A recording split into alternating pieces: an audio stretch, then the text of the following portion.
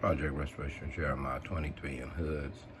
Yeah, I wanted to point out again by using the Joshua 1 principle or strategy that God gave to Moses to give to Joshua, where the tribes were on one side, had already their possessions.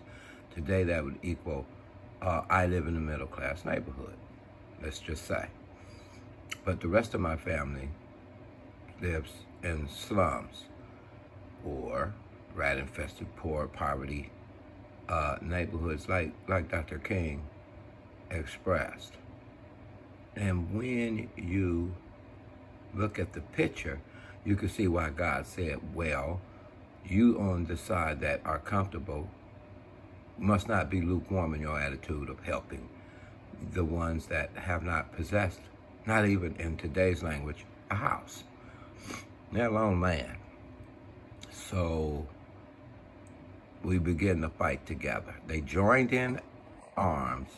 There was no room for cowards. You had to use weapons. It was a physical fight. It was a spiritual fight, but it was a physical fight. So now in the area of economic equality, we have to understand that if you're going to get that, it's going to take a collective force to fight against, pushback against powers that be. For example, no matter how big your church is, you're only going to get so much land for that church. Notice I said church. If you attempted to even try to buy certain lands in certain areas, maybe you could buy it once it goes on the market, but probably at thousands of times of what it originally cost the original owner. Anyway, my point is, in the economic battle, at the poor man's march, that when kings start getting on equality with pay, equality with housing, there are certain documents that are just essential to, how can I put this? Housing is just a major, major issue. Now, I want to say that many of these groups we're looking at have done the Joshua 1.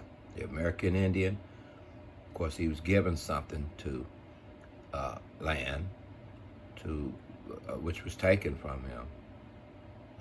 Poor whites, they were marching for, because they were used by their own brethren to make the rich richer and left for just, they were, the peasants poured in after the elites, usually poor immigrants looking for a better life, after elites had established the Constitution. And only after things were in place were they allowed to come as indentured servants. And man, that's pretty deep. So the poor built the back of this country. Spanish Americans. Look what King was fighting for. Now, black and white together. Now, there are still poor whites. There are still poor Spanish.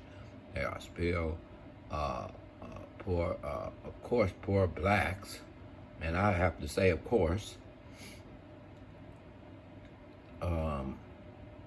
even though he died, he did not die for the picture to look like it is now. Just on a middle class level, you still have tremendous, like Chicago and inner cities, where the poverty is at its highest, and mostly due no fault to people that would take working poor jobs. Some of this is just straight out by design, because you have so many jobs and you have so many people. And how are you going to be able to do all of that? How can you do that? It's very, very complex as far as the complexity of the great divide of the working poor. I want to say the other groups collectively came together and moved themselves up, even if they had to share rent or mortgage note in one house. Until we do the same, Nipsey Hussle did it, selling T-shirts. And each person bought T-shirts, he was able to